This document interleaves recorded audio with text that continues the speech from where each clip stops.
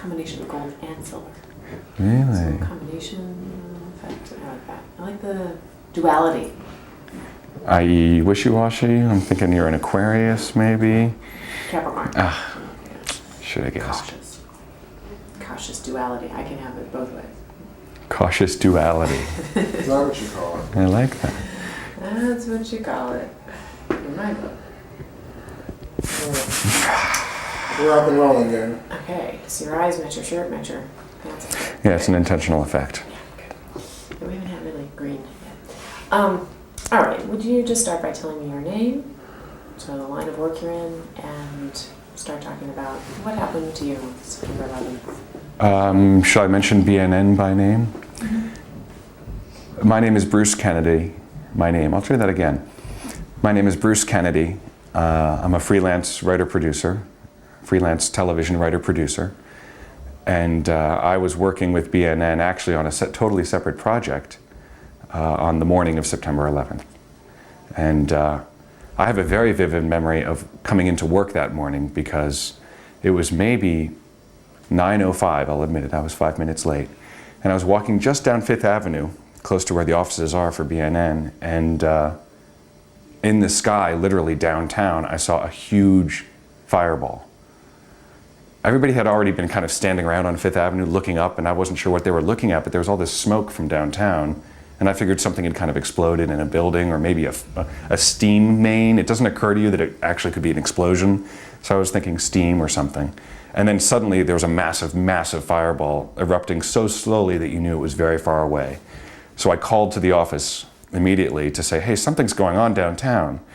And I think it was Lori who was here who said, oh yeah, a plane just hit the World Trade Center. And I said, no, but like just now, like 10 seconds ago, something else happened. And she went running into the TV. And by that point I was downstairs and I came right up. And it was crazy. It was absolutely crazy here in the office. Everybody was gathered around the TV. We were trying to figure out what to do. The minute the second plane hit, everybody knew, oh God, this is not an accident. This is not just a bizarre tragedy. This is something far worse. So that's how the morning started. So you then did get wrapped up in covering this. Yeah, well, everybody did. It was very much, you're immediately on a war footing. If you're at all a journalism production company like BNN is, immediately everything is dropped. All other business is canceled because something huge had happened. And the way we looked at it, we had cameras, we had people who were trained to use them, and we were on 5th Avenue and 28th Street with a clear view going into downtown. So we immediately started mobilizing. And it was literally however many cameras we have, let's send out people in twos. If you know how to run a camera, congratulations, you're a new cameraman. Let's get down there and see what's happened. So I paired up with Mike Petro, who usually was senior to me in the company, but he was my AP for the day, and came along with me. And we all just rushed out to get downtown. There was a lot of talk about strategies of how we were going to cover this because we realized that this was immense and that immediately there wasn't going to be a way to get down there. And I don't know if it happened by accident, but I think everybody fanned out to different areas heading downtown. And my first instinct is I know the west side better. I know there's volleyball courts down there and just near Battery Park City. I've been down there a lot. So every time I've been to the World Trade Center, I would go that way. So I said to Mike, let's get in a taxi and just get as far as we can to the West Side Highway and go down. And so that's what we did. And sometime in between us getting in the taxi and arriving, the taxi had to stop several blocks north, obviously, but we had gotten pretty far down. And by the time we got out of the taxi and looked up, all we could see was smoke. And it didn't really dawn on us even then that the towers had actually collapsed. It was just, we figured, oh, the fire must have gotten out of control. It's just smoke. We can't see anything. And then it kind of, in a way that's difficult to describe, it occurs to you, I don't think there are any buildings there. I think they're gone. But you can't fathom how that could be. So I think neither of us really talked about it. We just said, all right, well, let's just start looking for people, survivors. Let's see if we can figure out what happened. And so that's what we did. I can just keep taking you through the morning if you want to do it that way. What was so you shot a lot over on the West Side Highway. What is so we camped out down there as it turned out, and we of course had no way of knowing this, the West Side Highway, I like to think that I knew this ahead of time, and that's why we did this, but that was going to be the staging area because the highway was the easiest way for emergency vehicles to get in. So all the fire trucks, all the EMTs, all those guys were parked along the West Side Highway in the multiple lanes. And there was literally, I mean, just rows and rows and rows of emergency vehicles and this kind of wave of people walking up. And it's like zombies. You see these people walking just covered, head to foot in dust, just absolutely covered. And firemen dragging each other out. I guess by the time we had gotten down there, it was just after the first wave had kind of retreated. So it was after the collapse, clearly. And we started, you don't even want to talk to people. It's not like we went in there to interview people. The first thing we started doing was just trying to offer our water. We had brought some water with us. And the most important thing was offering water to people and offering our cell phones. There were a lot of people who were walking out who desperately needed to call somebody and let them know they were okay. So we tried to do that for a while. My phone worked for a little while, but the irony, of course, is that all cell phones went immediately dead because there was just so much congestion. So we spent the first hour kind of slowly making our way closer and closer in toward ground zero and handing out water and offering people our phones if they needed them. And then if they were okay with that, to talk with them a little bit on camera so we can understand what happened. And that's how we met some of our first survivors, was that way. It was a very bizarre moment. Of course, everybody's in shock. Everybody's in shock. And some people who you think, there was one man who I vividly remember who was really just retching. He had had so much dust and smoke in his lungs. And immediately after just retching up on the sidewalk, he turned to look at us and we said, "Are you okay?" And he was like, "Yes, I'm fine. I was on the 30th floor and I went running." And he was very lucid, he was an Indian gentleman. And he was very lucid and seemed happy to talk, but clearly he was in no shape. And he talked with us briefly, and then we said, "Look, go get some medical attention." But his brain was functioning as if, we escorted everybody down the stairs, we opened the doors, we made, but I don't think he realized what he looked like and what shape he was in. There was a lot of that, of people just coming to grips. What about for you? I mean, you're trying to be a professional out there. How is it for you to come to grips, or how are you dealing with it? It's weird. You do feel a little bit predatory. At the same time, I think the attitude that Mike and I adopted early on was to say, look, this is something that needs to be recorded for posterity, for whatever reasons. We want to make sure that no one ever forgets this. And we talked to a lot of firemen because that was the area that they were basing out of. And many firemen were not interested in talking, obviously. But generally, if we just kind of wandered up to chat informally and then let them know that we had a camera, they were okay talking. And if anybody expressed any difficulty and if it didn't want the camera on them, of course we turned it off. Then we weren't going to try and, and we didn't ask anybody, how are you feeling? I think that's the dumbest question you can ask when you have people who have just gone through that. We just wanted to get the story of what happened so that we can all understand what was your experience. And people talked about how they got down the stairs and through the doors, what they, where they were when the first plane hit, how they happened to get out. The firemen in particular were the hardest ones to talk to and it wasn't because it was press or anything like that, it's just these are guys who are not used to admitting defeat. These are very, very strong people. And they were just devastated. And they knew more than any of us who were civilians how bad it was.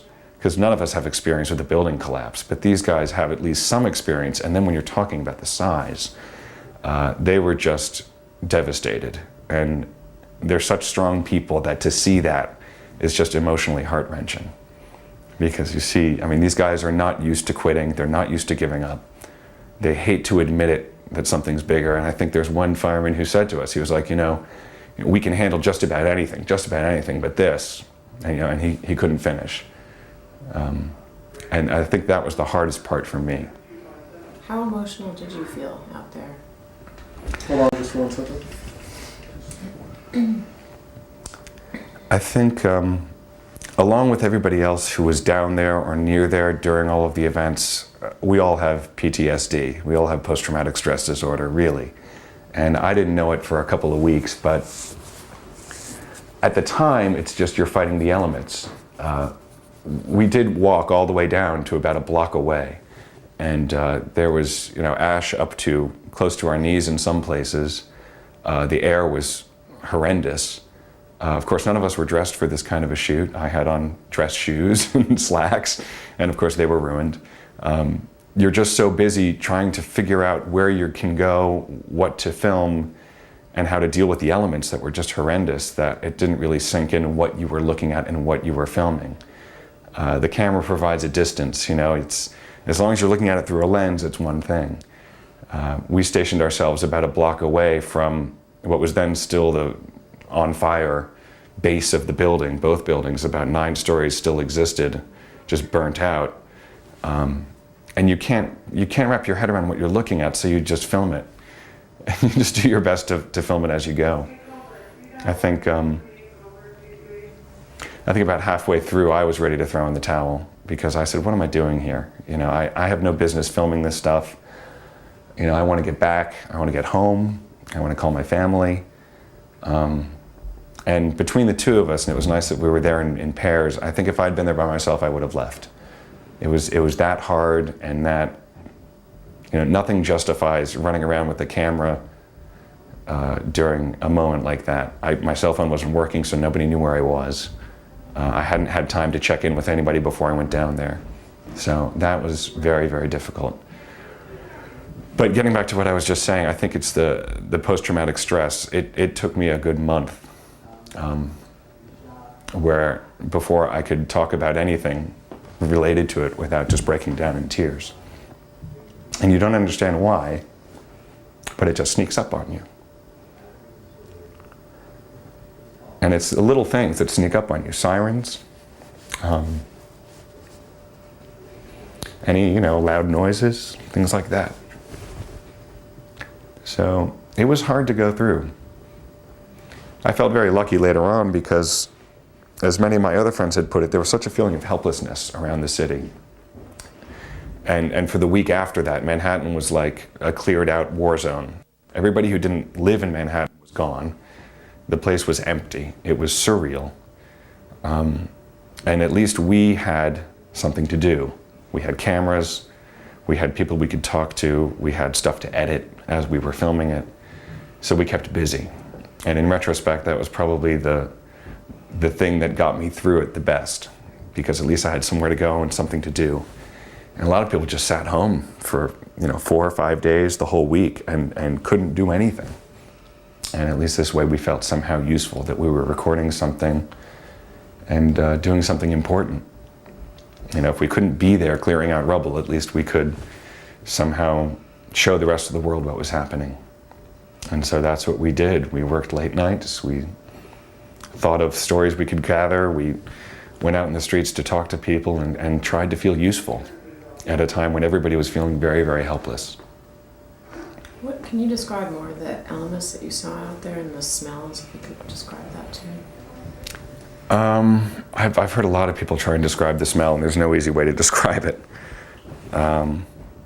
It's that kind of sulfuric acid, just bitter smell.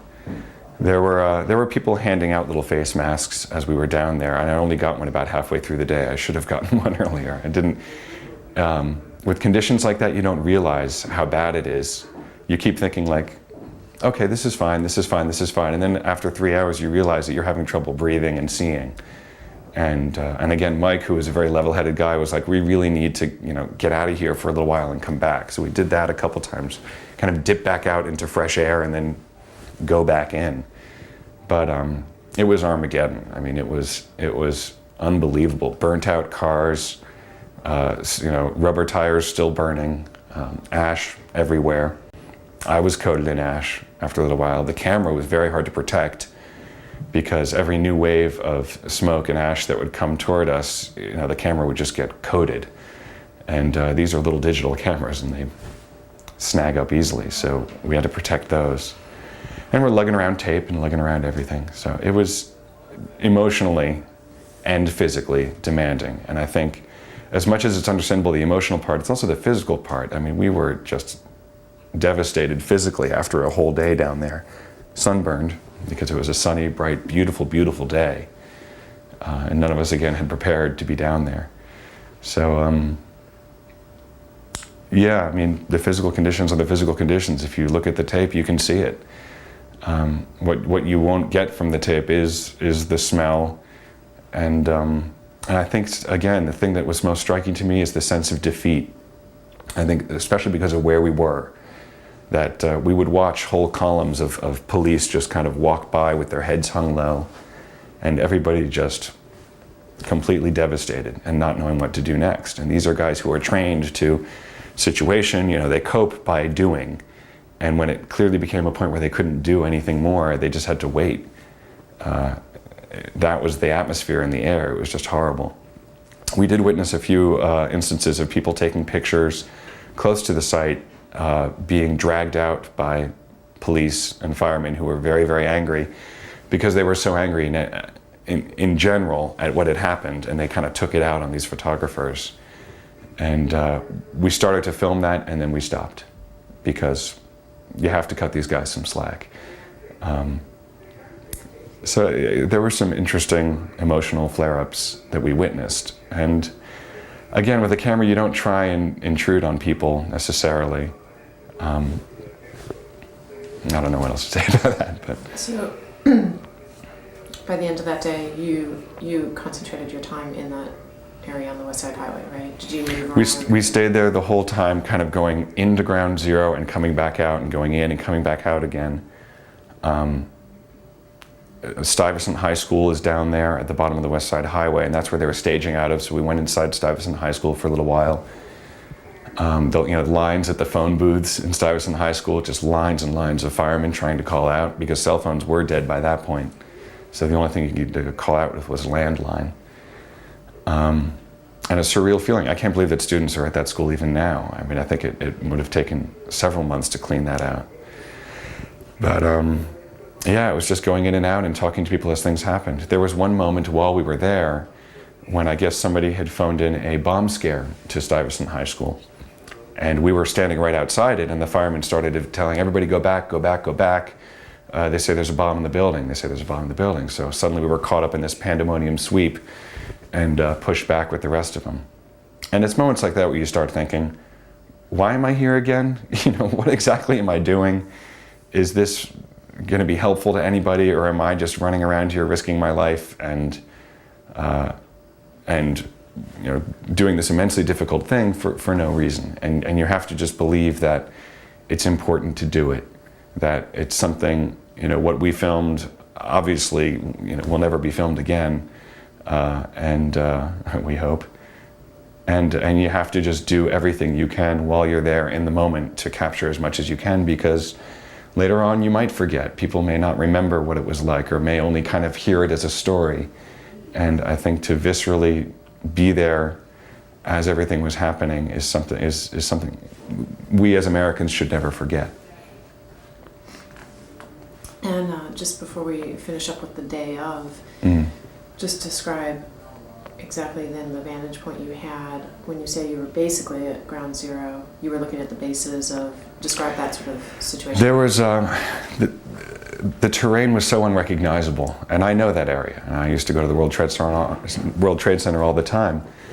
But we walked down these streets where nothing looked like it used to look. So it was all covered in white, like in a snowfall when you can't find your way around. This was like a snowstorm of ash. But we turned a corner. I said, I think the World Trade Center should be right there. And of course, there's nothing except just lots of smoke, but we saw lots of firemen. There is a vantage point that we saw a couple other still photographers had found. A huge just mound was sitting as part of like an empty parking lot that had a lot of crushed cars in it. And people had positioned themselves on top of the mound. So we walked over there and kind of sinking about knee deep in ash, climbed the side of this mound. What that mound was to this day, I have no idea. I don't remember there being a grassy knoll catty-cornered to the World Trade Center. So I don't know what it was we were standing on. It was all ash, or there was something structured underneath it, I don't know. But we stood on top of that. We were a good 3 stories up, 2 stories up, and looking directly catty-cornered at, the hoses hosing down the bottom 5 floors or whatever was left. And the place was, covered with people. All the fire trucks were there and all that. There was a few people going in still, trying to go into the building, I guess looking for people. But it was just the burnt stumps of the building. And just gray, the whole world had gone gray. But yeah, that's where we got to. You ended the day out there somewhere? Well, we ended the day, I think, when we had both just had as much as we could take. We slowly, as also they started to kind of set up more security areas. I mean, what happens usually is once you're in, and then they start a cordon of blocks around. Every time we would retreat 1 block, we wouldn't be able to get back to where we had been. So after we figured we had spent enough time on that corner and as close as we were going to get, we just kind of did a slow retreat, talking to firemen along the way and emergency workers and anybody else who wanted to talk to us. I think everybody was struck. We kept waiting for wounded. Everybody was waiting. There were ambulances there. We were all waiting. There was EMTs sitting around. Doctors were there in full scrubs with gloves on about a block away from the burning rubble. And I talked to one of the doctors and he's like, there's nothing for us to do. We're just standing here. And that was another point of realization, I think, for everybody that was there as part of the relief efforts, that there were no casualties coming out. You either made it out or you didn't. And that was that. So we retreated further up, and by the time we got back to where we had started, where they were staging out with the firemen, now it was really amazing. There were fire trucks from Connecticut, from New Jersey, from upstate New York. I don't know how they got there that afternoon so fast, but they were there. And they were all milling around. And again, it was that sense of helplessness of just like, okay, we're here now, what can we do? And there was just nothing to do. So we stayed with the firemen back up there on the West Side Highway for a little while, witnessing all these fresh troops coming in, all the reinforcements coming in, not really knowing what they could do. And by that time it was about 3 in the afternoon or so, 4 in the afternoon. And we realized there's no way to get back because there's no taxis running, no subways running. The whole city is at a standstill. So we started walking. And we walked the 40 or so blocks to get back up. And I think I understand why the word ground zero was adopted, because it really was, concentric rings of involvement. The authorities had blocked off in ever enlarging concentric rings from the site itself. And so for every 5 blocks we walked up, there was another checkpoint, and they were stopping all traffic from coming down, and we were walking out. And it was, by the time we walked out, I think most people had walked uptown, but there had been columns of just refugees, of people going uptown. I mean, you've seen the pictures of walking over the Brooklyn Bridge. All of 5th Avenue and 6th Avenue, it's all the major avenues people had been walking up. So all the streets are empty on the walk back up. It really is just not New York. For me, that whole week was not, is separated in time from reality. It was not a real week. It was something different from anything I'd ever known, and something hopefully we'll never know again. I just have to change battery, guys. I'm sorry. That's okay.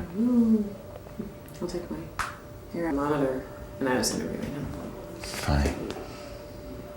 I just wanted to make sure, it's okay. Sorry about that, guys. No, that's fine. So if it seems like the right time to do so, maybe we'll go on to talk about other days of the week where you were doing some shooting and what you remember. Yeah, we can do that. I'll tell you, there's one other thing to talk about, which is the bomb scares. Because it goes to the rest of the week, although I don't think we ever did any filming on that particular topic. But let me just talk about it and we'll see if an interesting bite comes up. Are we rolling? Yeah. There was, I remember I talked before about how it was just nice to be busy, to be doing something. And, we all had this footage, and when back in the office, everything was being cross-referenced, and everybody was trying to figure out where everybody was. Cell phones were still down on that day, obviously. But later in the week, so the rest of the week, we spent going through the footage we had already shot, trying to keep track of the breaking news as it was all breaking, and trying to fan out around Manhattan to try and get the stories from the people who had been affected. But it was a very bizarre phenomenon that I think a lot of people missed if you weren't in New York. Within 3 days of 9/11, there were about 15 bomb threats called in around the city. At one point, Grand Central was evacuated. At one point, Times Square buildings were evacuated. And our offices here at BNN are about 6 blocks down from the Empire State Building. And we were working here late on the Thursday night after the infamous Tuesday when my fiancée called me on the phone and said, "There's a bomb scare at the Empire State Building. That's where your office is, isn't it?" And I said, "Well, yeah, we're nearby it, but all right, hold on, I'll call you back." And we went up onto our roof and looked, and there didn't seem to be anything happening at the Empire State Building. And then suddenly, as we're watching, the sirens come down, and the blocks are cordoned off. And suddenly there's a loudspeaker telling everybody to clear out in front of the Empire State Building. And we're looking up at it, from 4 blocks away. Downstairs, we've got edit suites running around the clock trying to put these things together. And that was the first time that I got so angry. Because for me, I was like, I'm just trying to do this, we just wanted to put together the stories and keep doing stuff. And I looked at Steve and Dave, and we were all there together, and we were thinking, it's probably a hoax. All this week it's been hoaxes of bomb threats. We've got all this stuff to do. And then you realize how stupid that sounds. Maybe 2 months ago, we would have just treated it like the crank hoax that it was and kept on going. But after you've seen the Twin Towers collapse, nothing's impossible. And so we all looked at each other and said, we have to get out. And so we evacuated the building. And it was weird for me because I just remember being angry. Because that was the first time that that terrorism, that literal terrorism, the instilling of terror in people, had directly interfered with something that I wanted to do. And it went on that way for several days. Every threat that was called in had to be taken seriously. People stayed home. My fiancée stayed home. She wanted to go into work, but they wouldn't let her. She was evacuated from her building in Times Square that week. She ended up coming down here to BNN a couple nights just because I told her not to be alone. I think for those of us who were working throughout the week, our loved ones as significant others are the ones who suffered because they had nothing else to do and they were just staying home and not doing anything. So that's one of my vivid memories of that week. So in the process of that week of trying to decide, it was... Were you scared too? Angry? That's the thing. I don't think I was ever... I was never scared because either, we're all in denial. You just believe it's never going to happen to you. Or you just assume that if it does happen, you'll somehow be okay. But I almost would prefer the action to the threat. I think it's more than anything else, it's so frustrating and angering when you have to take stuff seriously and you know that it's most likely just a dumb hoax, but you have to take it seriously. And of course, not only did I have to take it seriously and either go, like that night we evacuated, but I have to call my parents. You have to call everybody again. Yes, we're fine, Everybody was calling all week long and on a daily basis. How about today? Are you okay today? Oh, we got evacuated. All right, well, no big deal. It became that kind of a mentality. The streets remained empty for days. And it was the weirdest thing you've ever seen to see Manhattan just empty. Bridges and tunnels were sealed off, so we were all, I think it was one of the first times I felt like Manhattan was an island. You realize you are on an island. Nobody can come in, nobody can get out. And for better or for worse, you're part of it. There's also kind of a joke that for the rest of the month, everybody in New York actually looked each other in the eye and smiled. Everybody just kind of had that survivor's mentality of walking the streets and nodding and looking at each other and saying like, yeah, we're all hurting. So you did get back out there with a camera at some point. So we kept going. I think we realized that, when you live here, you realize that immediately it wasn't just something that happened on 9/11. It was the whole week and of course much longer than that. But there were so many ripple effects. We're still seeing ripple effects. And the ripple effects all affected lots of people in different ways that you would never even think of. Of course, one of the most immediate and obvious things was the Muslim American community in Manhattan, which is rather large. And I know there's a mosque that I've seen before in Lexington in the 90s, maybe 3rd Avenue in the 90s. And we thought, well, maybe we should go up there and just see how the mosque is doing. It was a very difficult time in the immediate week after for Muslim Americans. There were lots of documented cases of violence against Muslims, even more tragically, violence against Sikhs who are not Muslim but happen to have a turban and a beard. And especially inside New York, feelings were so raw that there was some real potential for problems there. And I went up to the mosque just to see how they were doing. And out in front of the mosque, there was a group of young people, young Muslim Americans, raising money for the 9/11 Relief Fund. And they were asking people for donations. And it was very interesting. They had to clarify, these are donations for all the victims, not just the Muslim victims, and all of that. There were some people there that were not happy to see Muslim Americans out there soliciting money. There was one guy in particular who was very, very belligerent, and in my mind, he kind of summed up all the things that we fear, all the bigotry that was possible, because he looked at this young woman who was trying to raise money, and he said, "Look, all I know is you people did this. You promised you would do it, and you did it. And a guy that looks just like that guy over there with the turban is the guy that did this to my people, and that's all I know." And the young woman tried to reason with him, and he was beyond reason. It was a very, very difficult time. But and that young woman turned out to be Yasmin Saeed, and we ended up spending a lot of time with her throughout the next week. She was a good example of a contemporary Muslim American. She was trying to raise money, trying to galvanize the Muslim American community to show support for all the victims of this act, and at the same time walk that tightrope of trying to defend her faith against those who don't see a difference between her and the terrorists. And so we spent some time with her just to kind of track her efforts and those of her friends. We went to a rally for Muslim Americans for Peace rally. They were in a very, very tough spot, and still are today, for being identified as the instigators of this, when clearly, I think President Bush did a good job early on making sure everybody understood this is not about Muslims, this is about terrorists. But it was dicey for that first week. A lot of Muslims left the city. A lot of them shaved their beards. A lot of them said that, it's better not to appear too Muslim, and others said, no, this is our faith, we will appear the way that we always have appeared. So that was an interesting story for me to track. I'm always interested in that, so. And seems like she was pretty open. She was open. I think she realized that it was important that her story and those of the other Muslim Americans gets out there.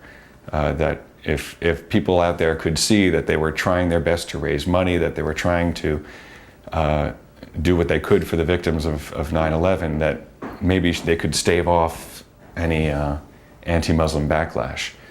And to be honest, in retrospect, I think it worked. I think they did a really impressive job of trying to raise awareness around the city.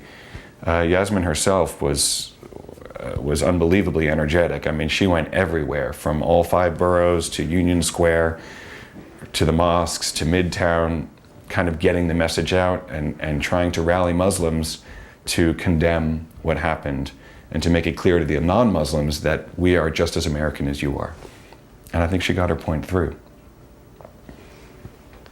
What else? Anything else that stands out for you that during the week you saw? There was the other thing that I filmed that I really just, again, as a long-standing New Yorker, you don't see this behavior a lot. But we went down to Union Square, where there was a vigil happening, a lot of people lighting candles and all of that. but again, that sense of wanting to do something. Everybody wanted to do something.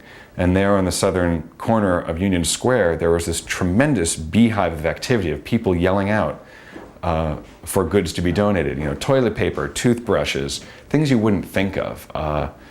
Everything from asthma bottles for people to pet supplies for the rescue dogs. Everything was being collected, and anybody who was walking around Union Square would bring stuff to this station.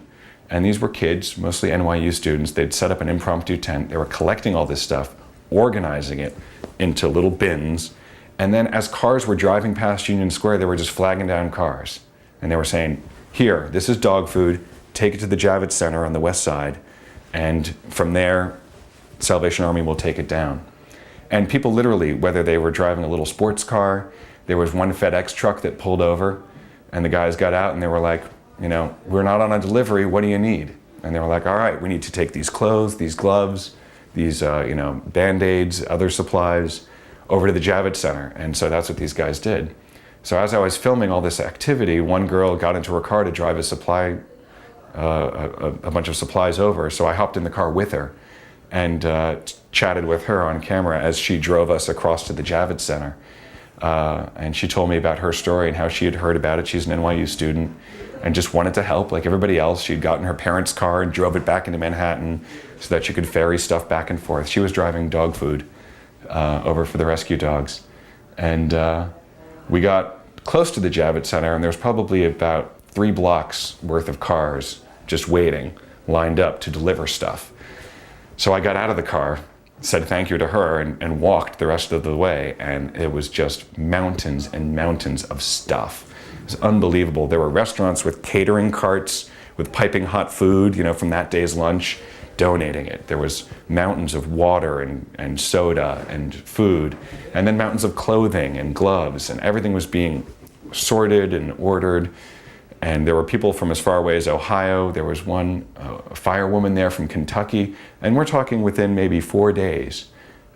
People had come from all over the country already. And the amount of just sheer stuff they had gathered was unbelievable. And it was all being organized and sent down for later. At some point, actually, by the end of the day, they had said no more.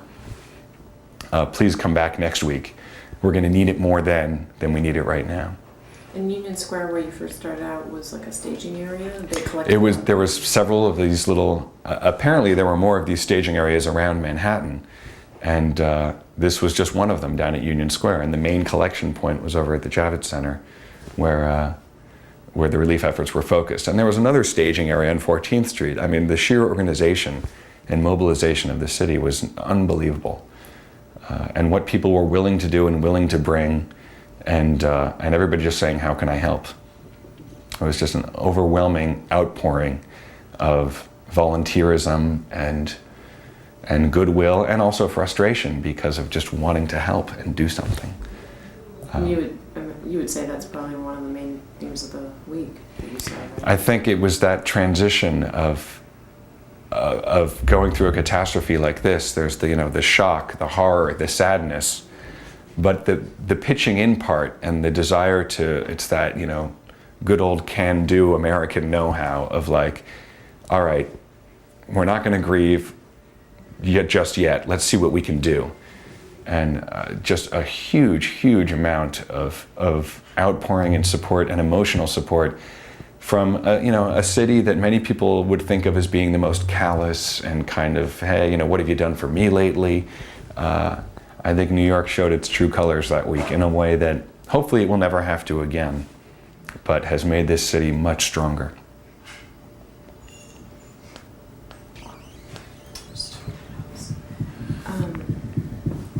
Rashid, anything you want to add at this point? We're good. Okay, so we did cover the additional shooting. Anything else that you shot that you haven't? Anything else from the week? Those were the areas that I did my shooting on. So I think that would be just about it in terms of stories I can tell. What do we get there? 39 minutes? Yeah. You think that's everything? As far as standard World Trade Center question, original impression of the buildings, what should go with it. Oh, we should do that too, yeah. We've been doing that with those other required footage, but yeah. Oh, I have some great Okay. connections to the World Trade Center. So, I mean, it sounded like, yeah, you said you'd been there various times, many times. But what was Yeah. your feeling about them before September 11th, your connection to them? The World, I don't know, you can go on for days about the World Trade Center because it was always an anomaly in the downtown skyline. I mean, it just was so massive. The two skyscrapers were so huge that you could see them from anywhere. I think the point was made by several people that, I lived in Greenwich Village for a long time, and if you're disoriented in Greenwich Village, which is easy to do, you just look for the Trade Center, because that's downtown. Everybody used it as a beacon. And again, I think something maybe not appreciated by those outside of New York City. The World Trade Center was literally a landmark, a map on the compass point. If you saw it, you were facing south, and then you knew where all your other cardinal points were, and you could get your way around. So in that alone, the World Trade Center has just always been there. For those of us who grew up after it was built, it was just always there as the anchor, the south side of Manhattan, and you could always see them. And we have a special connection to them because my wife and I had our first date up there, up at Windows on the World. And Windows on the World was a very fancy restaurant, so can't always afford that. But there was a bar also, and you didn't have to pay a cover charge to get into the bar. So we would go up into the bar, and have a drink and just enjoy the amazing view. So yeah, that's my association of the building. And we got married 2 months after the attacks. And we had planned to get a group of friends together to go. And never did.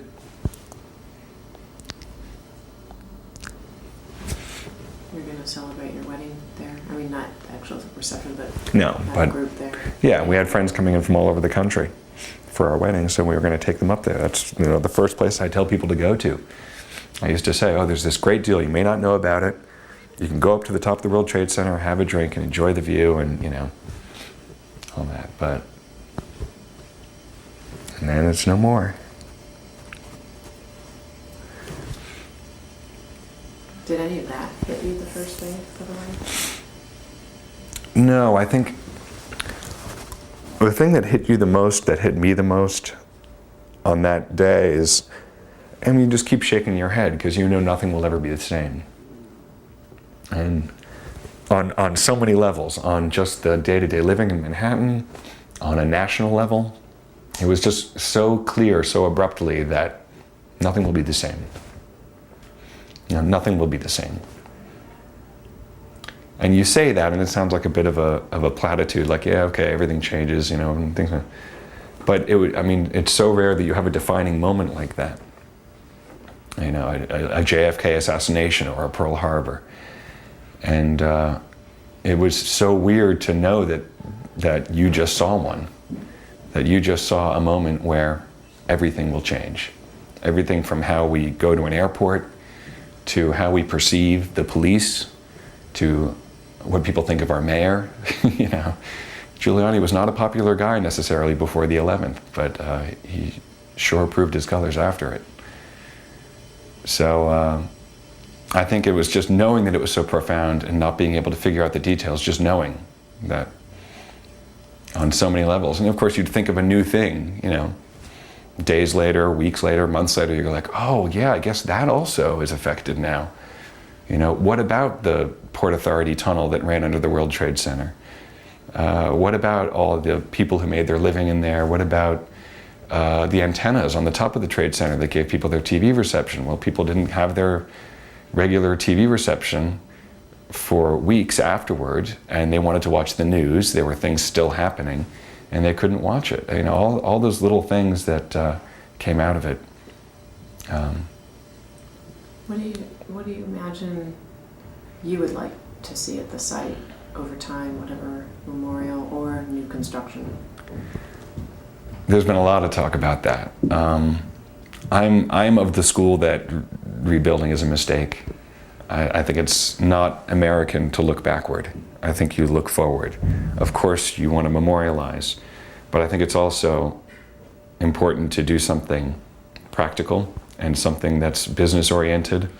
I think making the whole thing a park would defeat the purpose. I think we need to go right back into commerce and build beautiful office buildings. My personal favorite suggestion was one floated in the New York Times of I'd like to build duplicates. I'd like to build 4 twin towers. I'd like to build 4 of them that look somewhat like the old ones at about half the height. We don't need anything that high again. But 4 of them, even at half the height, would be a real statement at the bottom of the city, and leave the center open as a memorial plaza. But have them there as twins, as, I guess in my mind, it kind of echoes the bunker mentality. Build them lower, build them stronger, and build more. That's what I'd like to see. More questions for our friend? We're good. Good? Thank you very much. All right. Thank you. I can't think of anything. I think I've been through all the traumas. Yeah.